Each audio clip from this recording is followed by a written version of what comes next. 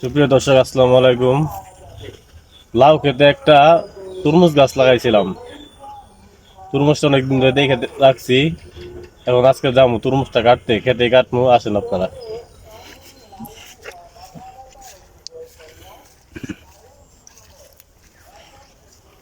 এই যে লাউ গাছের তরমুজ গাছ এক লোক লাগাইছিলাম। এই তরমুজ গাছটা মারা গেছে।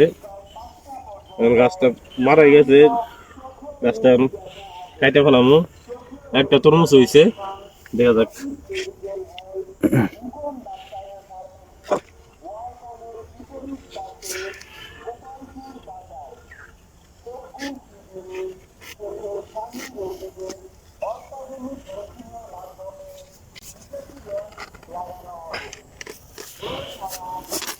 মাশাল্লাহ মাশাল্লাহ মাশাল্লাহ,